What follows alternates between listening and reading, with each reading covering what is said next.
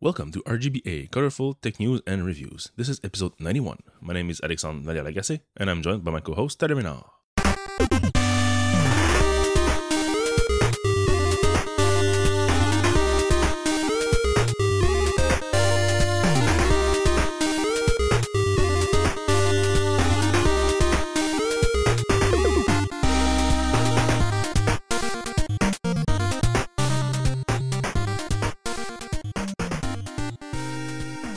Been a while.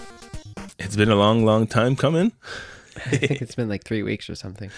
Yeah, it's been a while. We tried to publish the latest episode a little bit later so that we can cover our grounds a bit more, but still, it's been 3 weeks since we last recorded. So we're on the summer here schedule.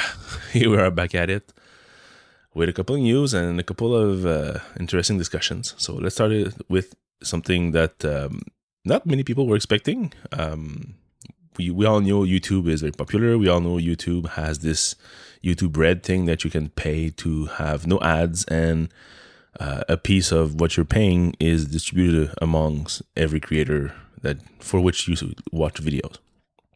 But now YouTube went a step further, and they announced a streaming service, which is still on their platform. So it's nothing out of the regular YouTube. It's just that it's redesigned to be better used for music-oriented folks. You might have people at work that are like my people at my work, which basically set up YouTube, let it run in the background for music, and that's what they're listening all day.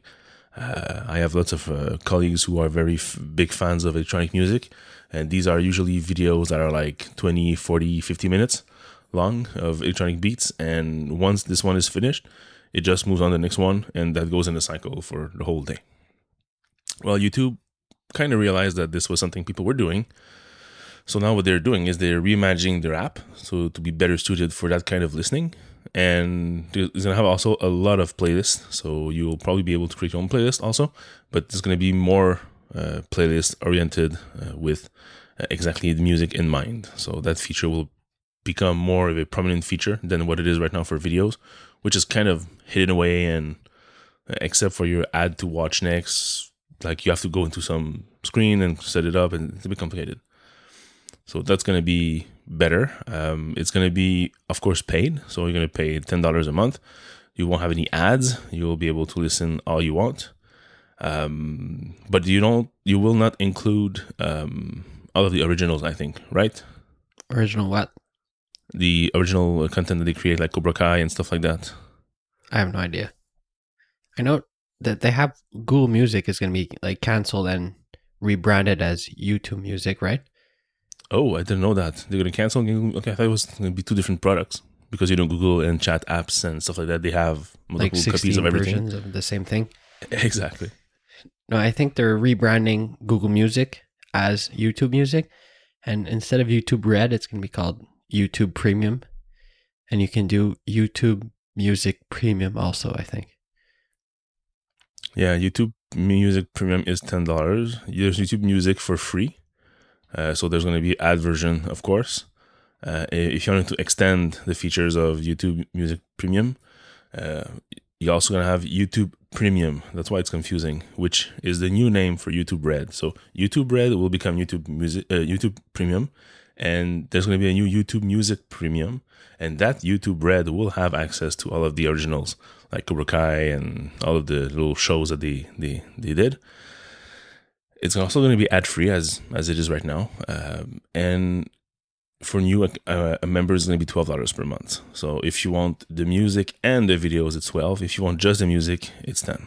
So that's how I understand it. Anyways, something that I will never pay for, most probably. Yeah, so all Google Play Music subscribers in all countries will automatically have access to YouTube Music Premium. So they are keeping both, but they're merging the subscriptions together. It's like if you're subscribed to one, you're subscribed to both or something. It's just, I don't know exactly how it works. Yeah, it's hard to be in that ecosystem because chances are you already have a subscription for Google Music and you already have a subscription for YouTube Red. So now it's going to merge, but are you going to retain everything from both, or are you going to have to, I don't know, It's always easy to understand Google services when you're not a member of nothing. But when you're already inside the ecosystem and they change stuff around, it's very hard to understand where you fall. And I always feel like there's little gaps where some percentage of the population will fall into, and that's going to be a pain to understand what's going to happen in your very specific case. And you're not alone. Like, there's millions of people like you probably, and just trying to understand like where you fall is going to be a pain. So we can continue on Google. I don't think we talked about Google I/O last time, right? Yeah, we did. We skimmed over it, but we skipped a bit of important part. Yeah. Google Duplex you're talking about? Yeah.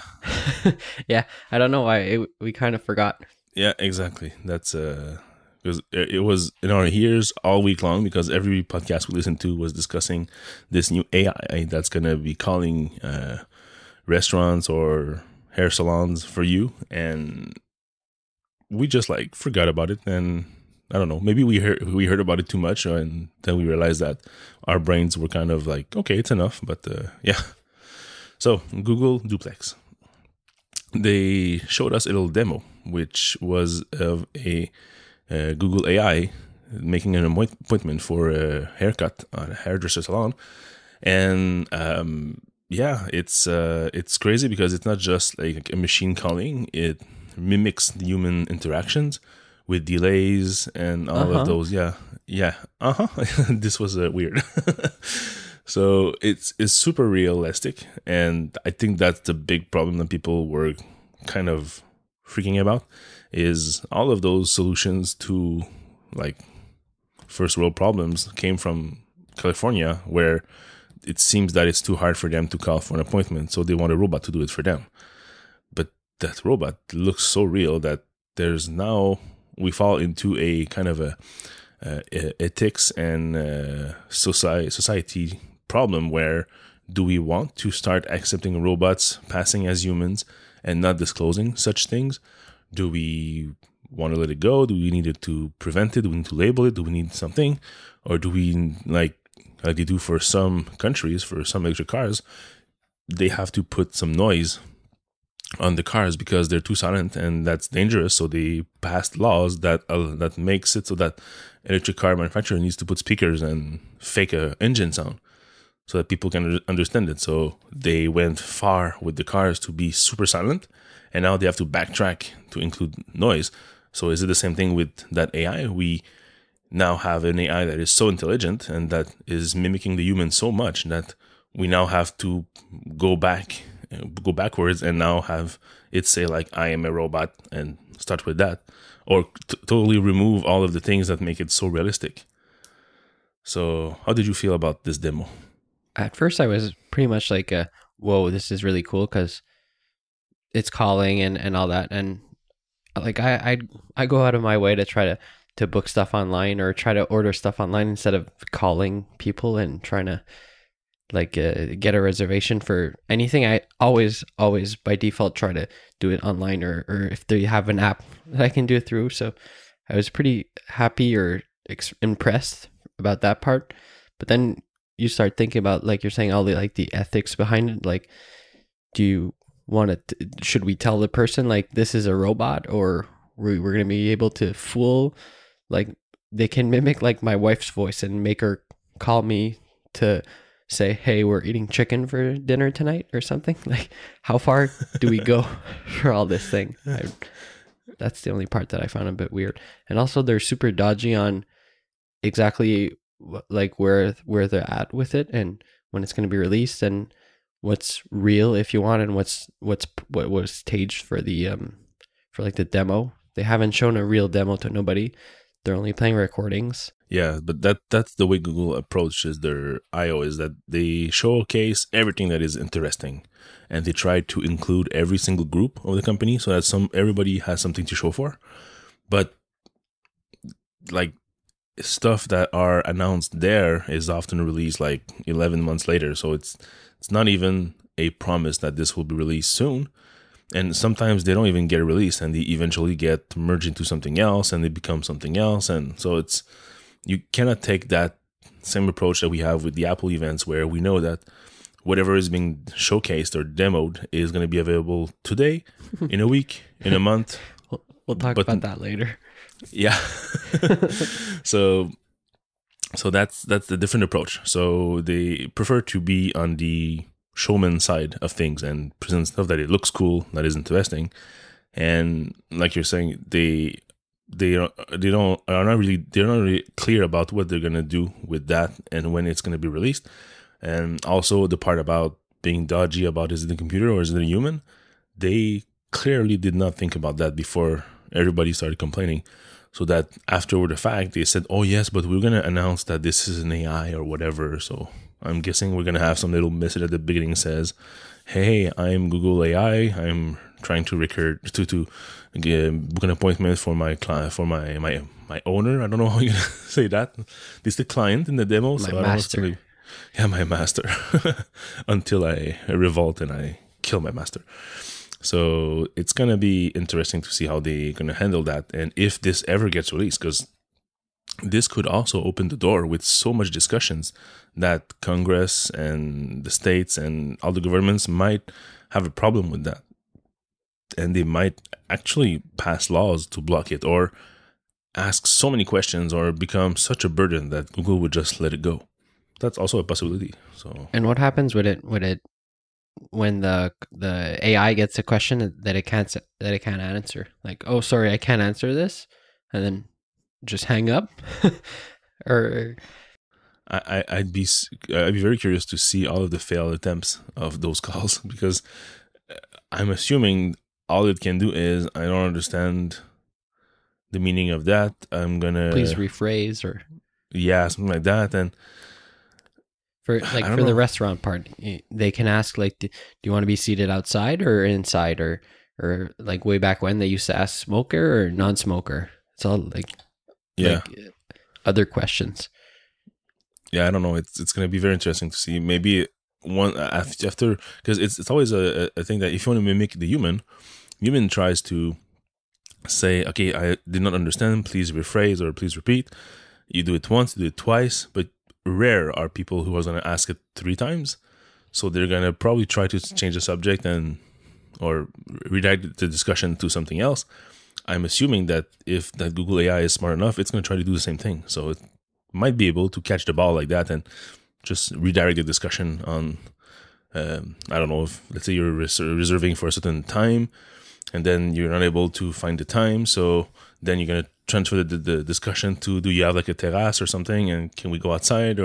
And then we're going to say, so what time did we just said? And then the person will repeat, and this time might be easier to understand for some reason. It's also very good for like just if you're in a country that you don't speak the language and you want to book a haircut or just pick a restaurant to go eat at night, or you're on vacation or anything, or people that are like people that have a certain handicap, or I don't know how you call it, like a speech impediment, or just they're mute there, or they're mute, or what's the other one? Deaf. Like they can't hear, so they can't call on the phone really. So I guess it's all stuff that can really help them, like accessibility wise. Yeah, that's an angle that they should have taken during the presentation. And if they would have presented that in a way that, okay, this is, like you said, for people with speech impediment, that they cannot call, they cannot be understood properly, this AI will be their new assistant and they will be able to do that for them. The reaction would have been totally different, because nobody wants to put the blame or to point fingers at disabled people and people with difficulties. So this is the perfect opportunity to leverage technology to help quite a large percentage of the population that is in need of something similar like that. And, or even like you said, like if you don't speak the language, or if you speak the language but you have such a big accent, like when the second demo showed up with the Chinese woman at the restaurant, she had a crazy accent and Google AI was able to understand her. But it could be the way around, like the person using the Google AI has such an extreme accent that she or he gets rarely understood properly. Then this AI would be perfect for them, and that would have shifted the conversation to a totally different place. So yeah, but they just wanted to have all the bells and whistles and show all the nice thing that they can do, but never really the application of it. And that's a big difference between Apple and Google. Is Google is way more on the engineering side. So they present you something that is technologically impressive and crazy and far-fetched and out of this world. Whereas Apple tries to present you something that is using the technology, but in a product that is more applicable and that people can relate to. So instead of presenting us, I don't know, like a super engine for sound that reshuffles the EQ to make it amazing, and look at this example where this is how the normal song sounds and this is how we make it sound. So, oh, so great. That is the kind of demos that Google would have done. But Apple presented the HomePod, which is a whole product packaged around that feature. And that feature is mentioned, but it's not in the forefront. So it would have been the same thing with Google. If Google could have said that this Google Duplex thing is a product that is super useful for reservation, but most importantly, it's a new way for people with disabilities to communicate, to roam around the world, to book appointments and whatever. So it would have been totally different. That's for sure. Yeah, and it also sounds really white privileged, like feature, or just not feature, but like service. Like, of course, like white people from California need this thing, so because they can't bother to call. It really played like that in the media, also. Yeah, exactly. That they're too important to waste 5 minutes to do a phone call. They need their own personal robots to do their things. Yeah, but it's a different world, California. So it's especially in the Bay like that, they are in such a small bubble where even like just on the social political spectrum, they're different from the rest of the country a lot. And just in that specific geographic environment, they are like often the first one to get access to services like Uber or whatever, and they kind of live like 5 to 10 years ahead of anybody else in the world. So for them, it goes super fast. And from us, from outside, we did not see this coming, and we kind of ask more questions. Whereas they're more keen to enable and use those types of services. So it's a quite different thing than from here. So we now have a new take on something that is from the past, and it also relates to what we just discussed about California being a bubble. Recently, Elon Musk took it to Twitter to complain about journalists who are covering the Tesla cars and that are so much in need of clicks and readership that they're just their own purpose in life basically is to try to destroy Tesla products and put them to shame and take all of their little problems, nitpicks, and make them like worse than they really are. So Elon was pissed. And of course, Elon being Elon, he did not just say how he felt. He also said that he was going to build a site where people are going to be able to vote for the truthfulness, if you want, of articles published, and which journalist is basically lying, or I don't know. It's really crazy. And yeah, so that's weird. And I know you added in the show notes an article about what it's like when Elon Musk Twitter mob comes after you. So that's my comment about something from the past. Is do we now have like technological mob? So there are people that are so much fan of the guy and his products that whenever somebody says something negative about the products, they're gonna jump on it and attack the person. And in this case, it's even worse because since oftentimes these journalists are women, and now it becomes an army of mostly white, mostly young, almost just men, and they call them the Musk Bros. And this is the team that basically attacks all of those journalists. So, and it's not like he doesn't know. Like, you can't say you don't know. You have 25 million people following you, and you just blast like a journalist on Twitter. She's gonna get mobbed for sure. So I find it really, really gross, like how just this works. Right off the bat, Twitter has the worst of the internet, kind of like the dark corners of Reddit. And the difference between Reddit and Twitter is that every journalist is on Twitter, but they're not all on Reddit. So the worst place on the web where they are exposed to these kind of persons is on Twitter.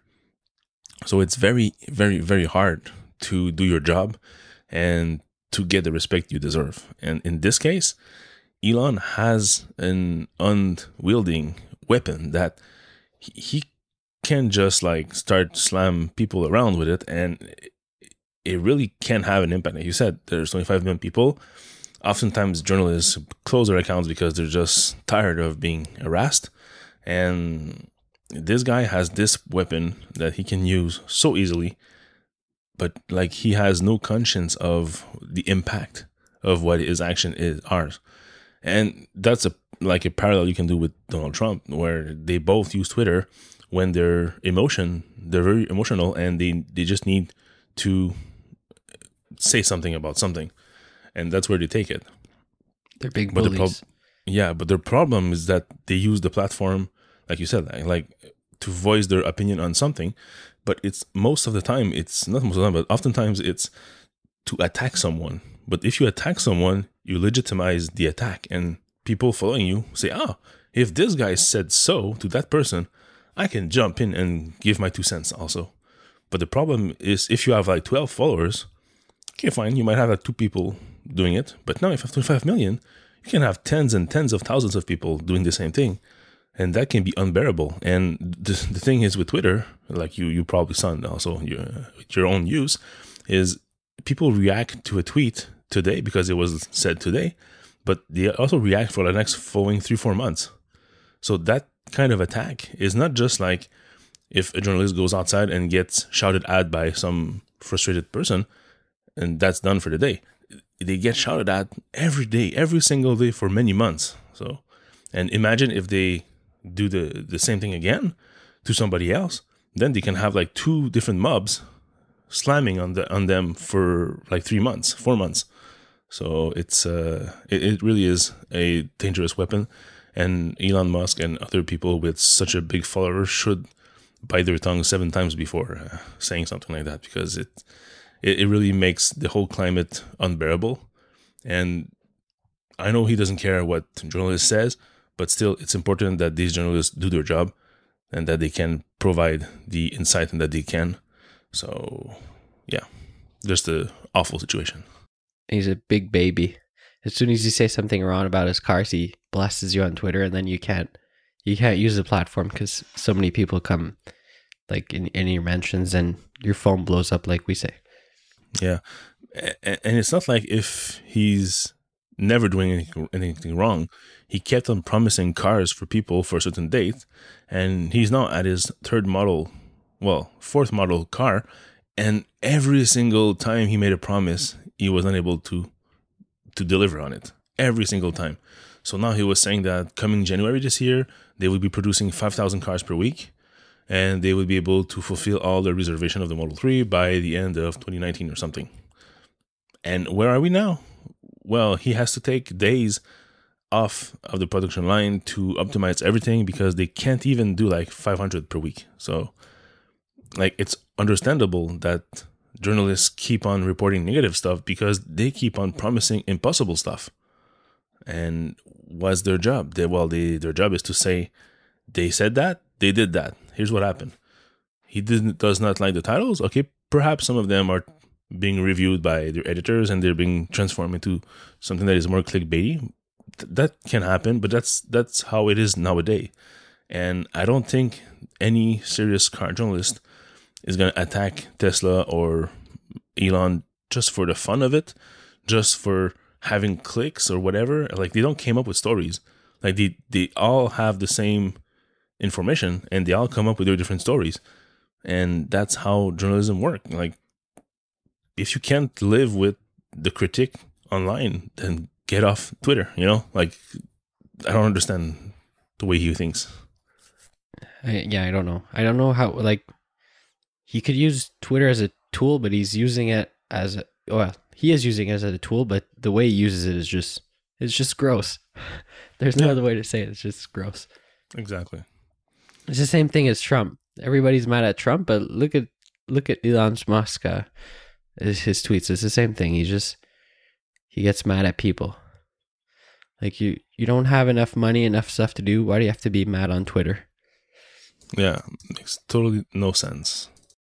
And I think the whole point, not the point, but this all started from a review of the Model 3 that didn't break or something, or the braking distance was weird, and they supplied a patch, and now the braking distance is okay. It's like Consumer Reports, or it's a big publication. It's like Moto Trend or Cars and Driver or something like that. Consumer Reports did the Model 3 test, and they did not recommend it because the braking distance was 153 feet. And the problem with that is that I think if it's above 140, they don't recommend cars because they feel that the braking distance is not good enough. So they did the review, they did their explanation, they posted their article, and then Elon Musk was pissed because, like, I don't know what the title was, but probably like Tesla Model 3 not recommended because of poor braking distance or whatever. So he was pissed, and he said like they're gonna push a over-the-air update to fix that problem. And now the distance for braking is about 130 something feet. So now you're under the limit. So okay, it works fine, and they now recommend the car. So everything is fine. It's just that the way that he handled the situation is awful. And this specific thing, having a car, doing some test, finding a problem, getting an update, like that, patching it, yeah, and doing one more test. This is now Consumer Reports life. Like they do that for almost every product they get. Like they've done this in the past for Apple products. They've done it for other model of cars, and that's just how nowadays it works. Your car has software updates, and you need to revisit your review, and they do. They are legitimate journalism, and they're doing their job properly. They're taking this into account, and they're being transparent about it. So I don't understand what the problem was. Like, thanks for pointing it out. We fixed it. Here you go. That could have been a solution, and that could have been much more positive. Nobody will be harassed, nobody will be attacked, and whatever. The other side of it is, does it really fix the problem? Like, is that new braking distance safe for the car parts and for the wear and everything, or is this just a temporary measure just to get a couple cars test out? Yeah, and next year they're gonna push an update that's gonna cancel that. And I don't know how that works. Like, how did they do it? Like, they just said, okay, because it's brake by wire, I'm sure. So they just said when you apply it 10% pressure, just squeeze the brakes more or something. So your pads are just gonna wear faster, but then you're gonna brake sooner. So I have a hard trouble with, like, I have a trouble understanding I'll just push a software update and then it'll work. Yeah, but I also have problems with that because you did your test in your manufacturing process. You understand that this is the amount of pressure you need to apply to brake correctly and not to wear your parts too fast. That has been tested hundreds of times, if not thousands or millions of times. And you've got data to prove that the engineering team said, this is what we need to do. This is what we do. This is what we are doing. And now some journalists said that it's not good enough for them. So you go back and you first push an update that's going to change that. There are engineering implications behind that. And I don't think that it's a good thing to do, because just like that, you just change the spec of your car and the way it's going to react over a year, 5 year, 10 year. And it's really like they just threw the whole flow out the window, I'm sure. And it's just a hotfix and prod. Yeah, most probably. And probably not there, but it feels like that. And it's okay. It's not, well, it is okay if it's like like the stupid websites we work on, but it's not okay when it's something like a car that's on the road with a bunch of other cars and other people. And there's a lot of implications. I know in the past it used to be, well, it's still like that. Like you buy a new car and there's like 200 recalls. And then you bring it back to the dealer, and it's basically what they do. They patch it. But now the fact that all these patches can be applied over the air, I'm sure it's a lot cheaper for like the manufacturer, so they're happy. But I don't know how. I'm sure it's just safe, but it's just in my head. Like, I'd rather do a recall I had a recall on my airbags on my car, so I had to bring it to the dealer. Well, I never did, but they would change like the airbags. It's a big component. Like, imagine if Tesla or they can't patch it, like they patch it over the air, like, oh no, we just made the airbags deploy quicker or something. It just doesn't feel as safe. I'm sure it is, but just in my head, like, can I have somebody work on it, please? Not just the patch software, because I work in software and I know how it works, and I don't want that like in my car. Yeah, I don't know if we can make the parallel, because usually with regular cars, when there's a recall, it's a part that is failing before it should. So like a belt buckle or like a brake component that needs to be replaced. So, or like a screw. Like I had this on my Sunfire a couple years ago. Like they had to replace a couple screws because the screw they used is not the proper metal, therefore it was corroding faster. So that's the kind of thing that you get for recalls. And I understand you have specs, you are getting parts from suppliers, and the parts, you do initial testing, they seem to be fine, they seem to respect the requirements, but then you realize like down the road that, oh no, that lot of parts we got from that manufacturer has a defect and we need to fix those. So they recall, like you say, like 10,000 cars, 15,000 cars, whatever, for that specific part, and they replace it, and that's done. But that's all following the engineering requirements. Now what Tesla is doing is that they're changing the requirements. So they understood that there was a braking pressure they need to apply. There was a wear that was going to happen over time of that specific amount. But now they're saying, just screw that. We need to pass this test, change that thing to be 20% stronger or faster or whatever. And that's going to change all of the engineering specs behind it. Like this new pressure applied on the brake pads, like the brake pads will probably wear faster, which is probably a given, but there might also be problems with the rest of the braking parts. Like you might put too much strain on the other components, and those components could fail in the future. And imagine like in 6 months, somebody dies from an accident because the brake system failed because of the wear imposed by this, like over the weekend, force pushed patch by Elon Musk.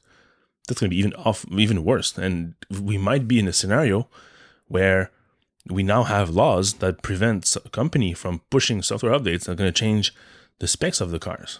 So that can like introduce a whole new set of problems, and this will be even worse. It's not like they tested in the long run. Like the long run implications are, I'm sure they can simulate it, but it's not like the deployment like process, or like the how do you call it? Not deployment, but like improvement process is like really, really accelerated. And I'm sure we're missing like parts of the testing that we used to do, like in traditional cars when they do give you a new model every year, and the new model was like tested at least at a certain point. But now we're like fast tracking that whole process. Yeah, they skip so many steps for sure.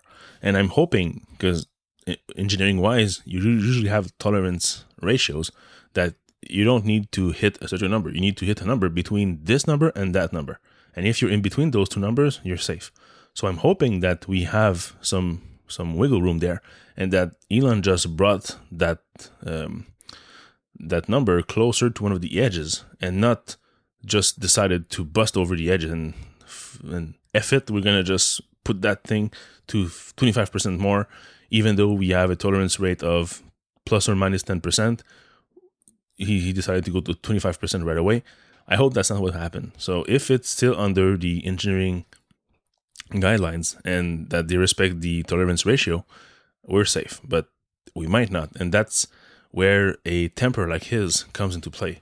Normally for GM, they can't really do that. Like they have processes in places, and they have like partners for the parts and everything. So if they don't respect the tolerance ratios, they might have more problem down the road, and they could be sued by their partners because they have now brakes failing, and they're going to accuse their parts provider, but the parts provider are innocent. So like there's a whole lot of implications. But with somebody like Elon, when he decides to just do something, and we really hope that what he does is still safe, but there's no way to know, and he is so temperamental that there are chances that he just pushes the limit over and goes to the person directly and says, you know what, you little engineer, you change that number in the source code and you commit it now. That's it. And you push it to prod. Yeah, exactly. Exactly. So it's very dangerous, and it's a game you don't want to play, and it's a game that can have lots of repercussions for the whole industry in the future. So hopefully it's still safe, and hopefully we're under the tolerance level. Let's keep our fingers crossed. like I know Tesla is way ahead of like the other car manufacturers and the whole electric car base, and because of them, like everybody's shuffling to try to catch up and all that. But I feel like they're trying to be too big too fast. Like stick to your 2 cars or 3 cars and just make them super good. Stop trying to reinvent a bunch of stuff and just make your cars really good and people are going to buy them. I feel like they're trying to be like the most technology, the most fast, the most everything. Just pick one. No? No, you're right. You're right. They're trying to go too fast. There is a need to be fast in that industry because it is evolving fast. And if you look at this from a Tesla's point of view, you have these big, large manufacturers like Porsche, Mercedes, BMW, GM. They all have everything in place to make cars at a crazy rate. All they're missing is that engine and that battery. So that's why Tesla had to go fast, because they not only needed to do a engine and a battery, which they did initially quite fast, and they use a Lotus Elise for that, but they have to do everything that these guys have been doing for like 50 to 100 years.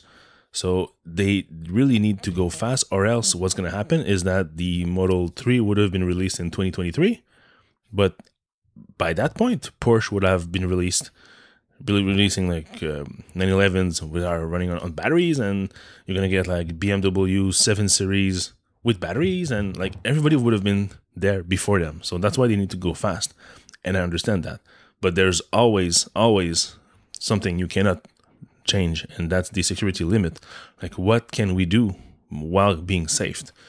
And that's one thing that when you see this guy react like that on Twitter, and you see a patch coming up the next day, you really are wondering if they really crossed that security threshold or not. And that can be alarming.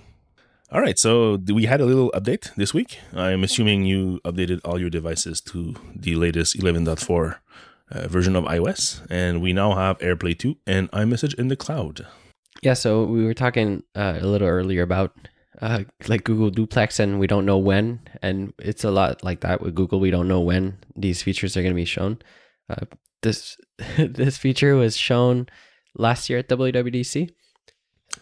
So a year minus 1 week 52 ago. weeks. So it took 51 weeks to ship it after the release. Like after it was supposed to ship with iOS 11, right? Yeah, and it was postponed and removed and brought back in betas of 11.1, .2, .3. But every time we had betas, it came back for the first couple of numbers. Yeah, and then a few betas version later, it would be removed. And people were wondering, like, is it going to come back for their final release or not? Or is it tied to some other feature they don't want to advertise, so they don't want to have any leaks in the firmware updates? But no, it never showed up and never showed up and never showed up. And now, this week, we finally have it. 1 week from WWDC 18, sorry. Yeah, iOS 11, I mean. So it's supposed to come in September-ish, I'm guessing. Yeah. Yeah, but it was announced. So that's the thing that is now changing with Apple from what we're saying is usually they would be and one more thing, here's a new iPod Nano, whatever, and it's available today. But over the years, he said it in exactly the right pace and everything. Yeah, it was tricky. You can guess that I've watched that video a couple of times. And over the years, that today became next week, 2 weeks, next month for US, sometime for the rest of the world.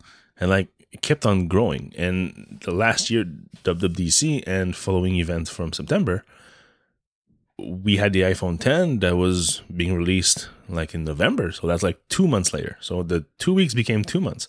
And for the worst part of it is we also now have the Air Power Matte, which was supposed to be released soon. Well, that soon is now being 9 months late. I think it was next year, meaning 2018.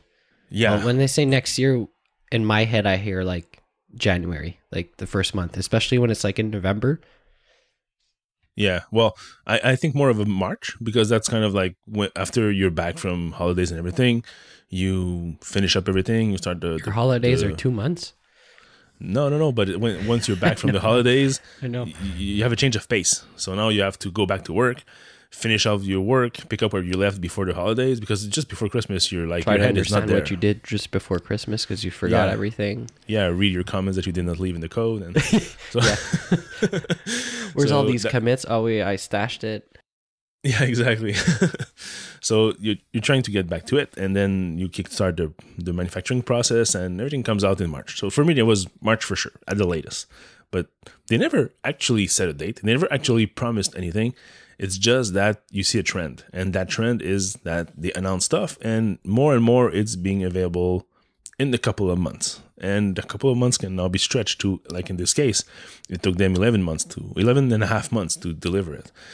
And it's crazy. It's getting at a point where it's ridiculous. And I don't know what the problem is with that. I don't know if it's a matter of structuring the company, or they had other focus that we're going to learn about Monday, or it's going to be totally something different.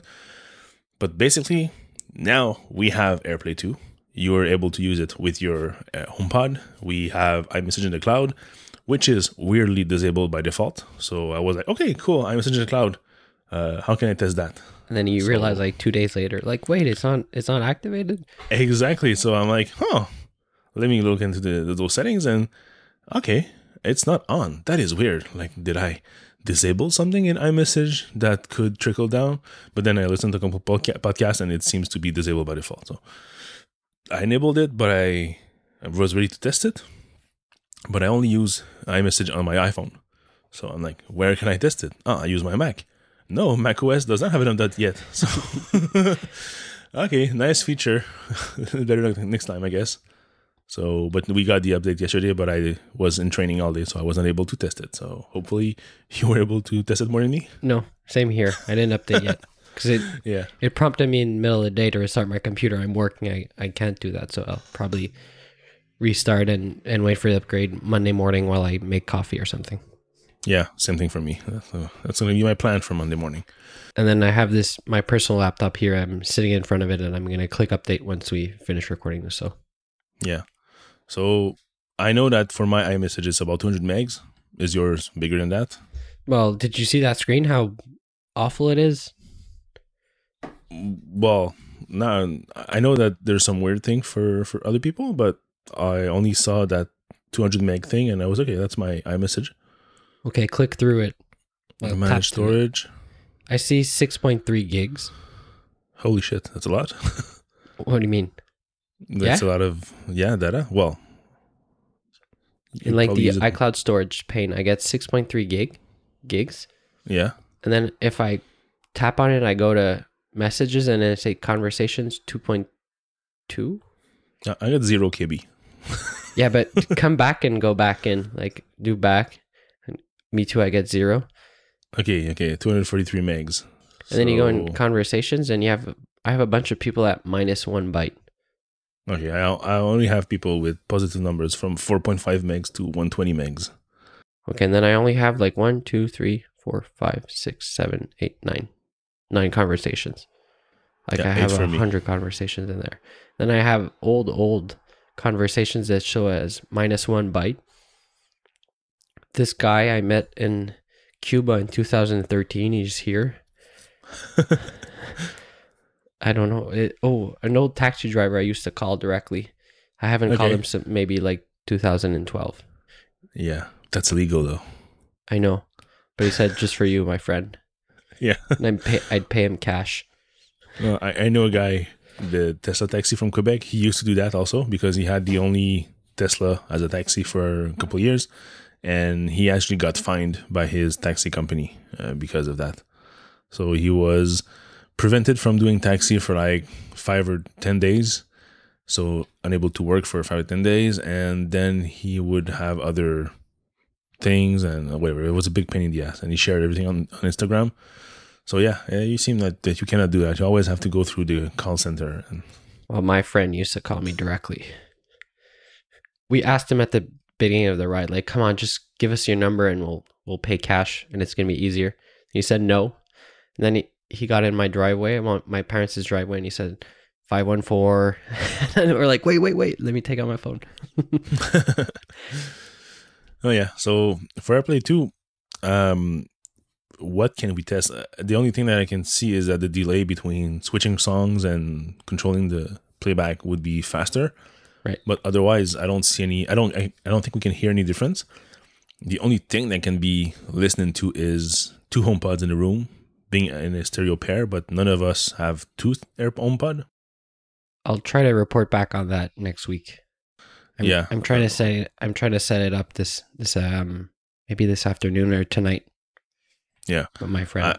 I was ecstatic, and I quickly updated my Apple TVs, but because the day that the iOS came out, I was at home, so I did my updates. But then again, like okay, it's updated, but what can I do?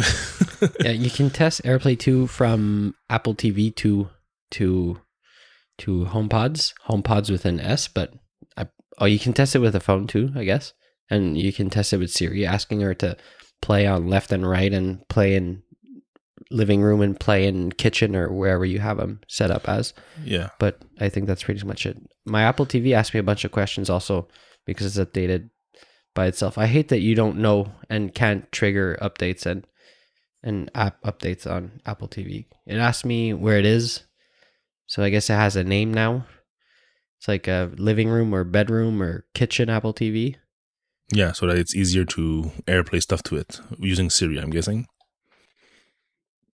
Also, another one that was released at the same time as this is HomePod is now available in Canada. Well, available for pre-order. It's going to be available in 2 weeks. I think it's... Yep. Yeah. And the price is really, really good. Yeah, that was very impressive when I got the press release from Apple.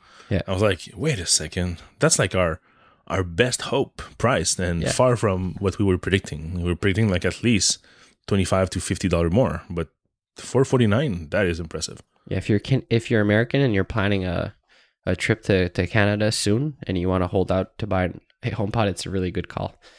Yeah. I think you save like a bunch of money. Yeah, it's a weird situation, but yeah, it's the tables are reversed. Yeah. Yeah, so the only thing I could probably maybe test is AirPlay when I AirPlay my phone screen to my Apple TV. They should be faster. If I AirPlay music to my Apple TV, they should also be faster. But otherwise, like that's just under the hood improvement, and you won't see nothing really, except for, like you said, the part about your Apple TV asking you questions about what room is it in and stuff like that. So, okay, fine. That's going to be useful probably for Siri and maybe for HomeKit eventually. Like you can have scenes and I don't know, stuff like that. But yeah, it's not an update that's super impressive. It's something that I was hoping that it would release a long time ago. It was a long time coming. I know there's a this week. Is it this week? I think it's Thursday. There's a Sonos event, which is not physical event, but just a webcast. And I'm going to be attending this one just to know what's the new stuff. Sonos released this week a bunch of kits. So following the HomePod release, I don't know if you remember, they had a special where you could buy 2 Sonos One for the price of one HomePod. Yeah. So that was super popular. So that now they're releasing new kits. So you can buy like 2, 3, 4, 5, 6 Sonos One in a kit. And you get like about $25 off each of them.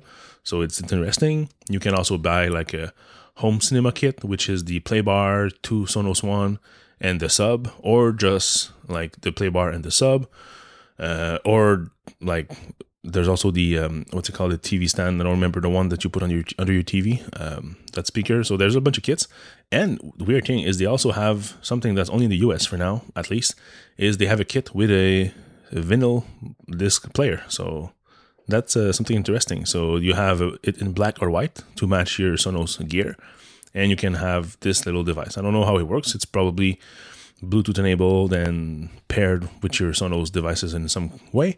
But yeah, you can have a vinyl player with your Sonos speakers. So I'm hoping that you can read vinyl from that device and stream the music to any Sonos in the house, not just the ones that are tied to this device.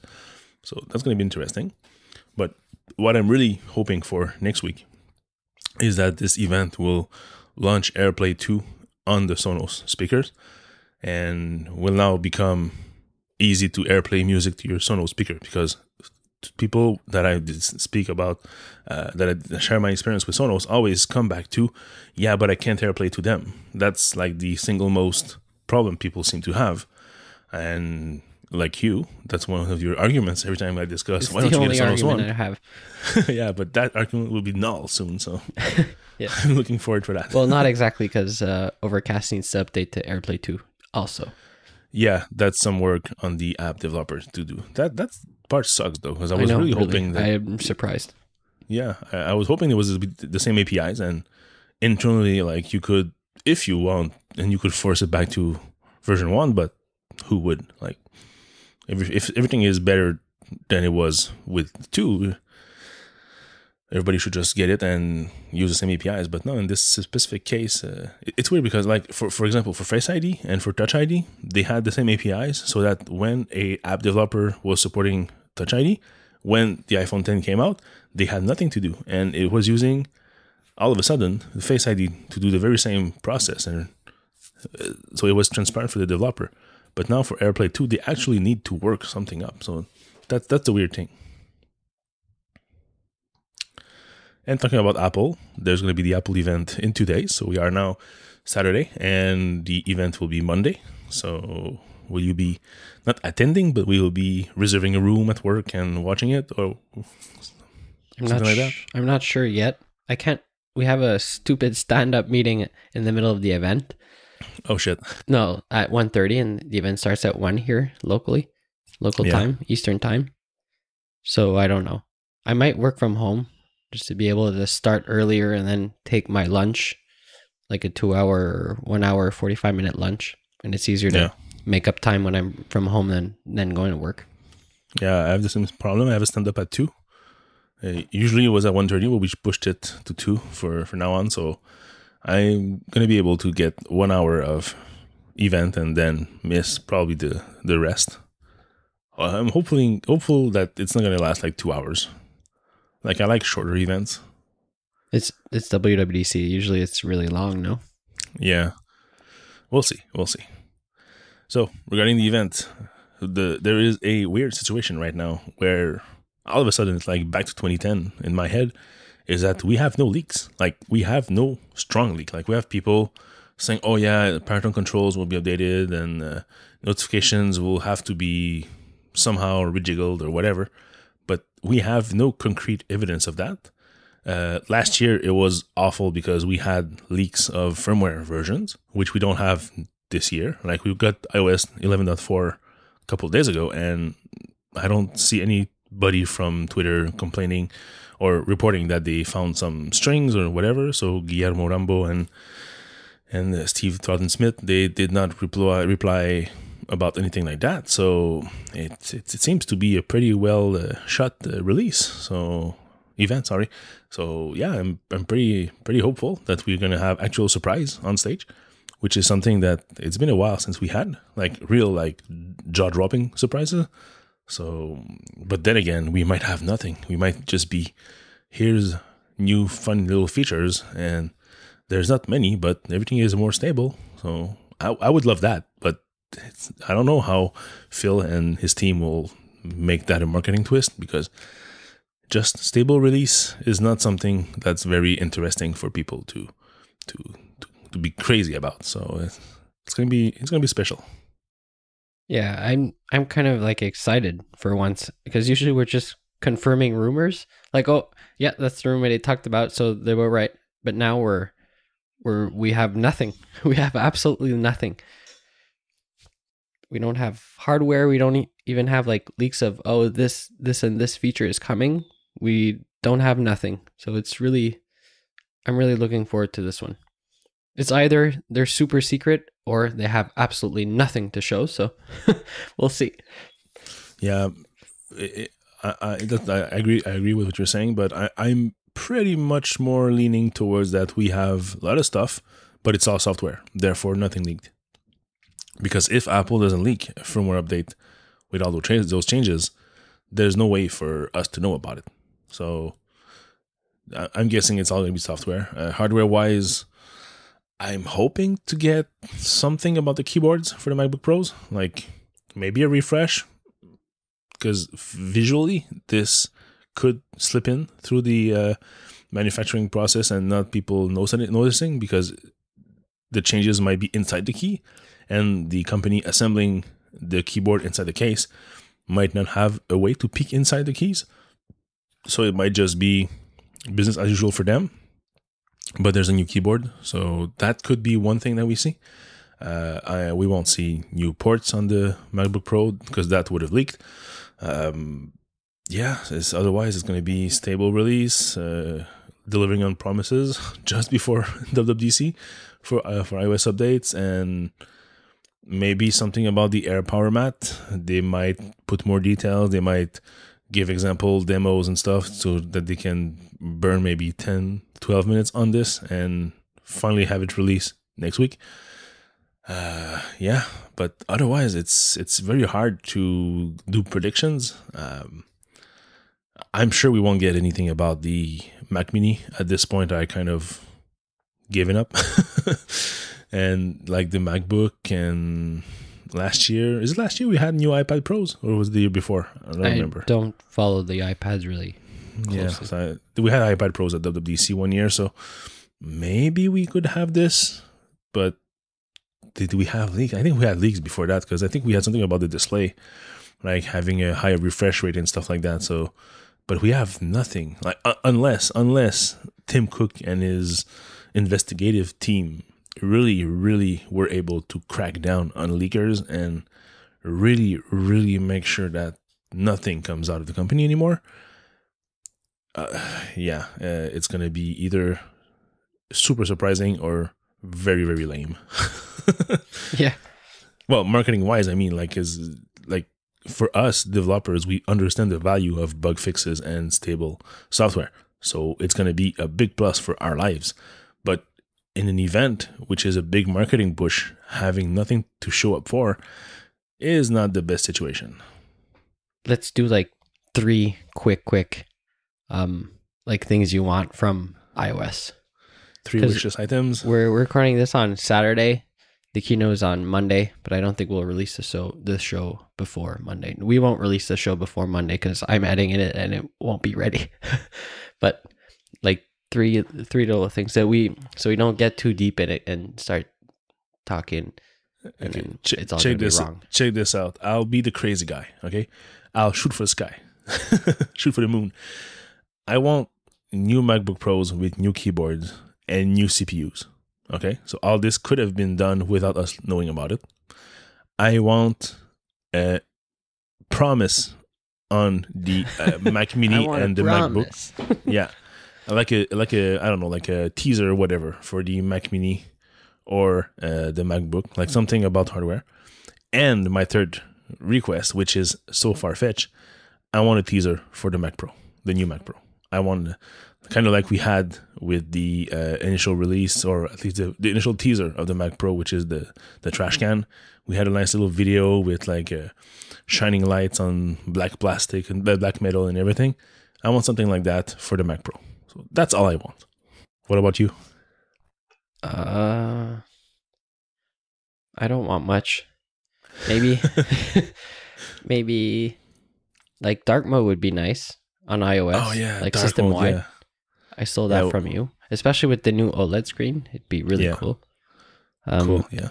And then new, like, can you just make everything super stable? Could that be like a feature? Like, we don't have any features, but everything is rock solid. Yeah. And that's a hard promise to do for software, though. Eh? It's a hard promise to do for software. Yeah. And then maybe like a notification cleanup. Like instead of having like 20 bubbles of text message, just like clean it up and make it one big bubble like it used to be in iOS like 6 or something. Like bring back that old style. Yeah, I agree. Okay, so I'm hardware, you're software. Okay, fine. That's fine. All right, so I'm really looking forward to next Monday to see what is all the new stuff. So we'll be probably having lots to discuss, even though if it's just a Snow Leopard release when everything is just stable and, well, they won't introduce 128 bits, but it's going to be something like that. It's probably going to be something very stable. But I really am hopeful that I'm going to get surprised and I'm going to be jaw-dropped. And here's the new something, something, something. And here's the new something, something. And oh, one more thing. Here's the new something, something. So that would be like crazy, classic Apple events. And that would be lovely.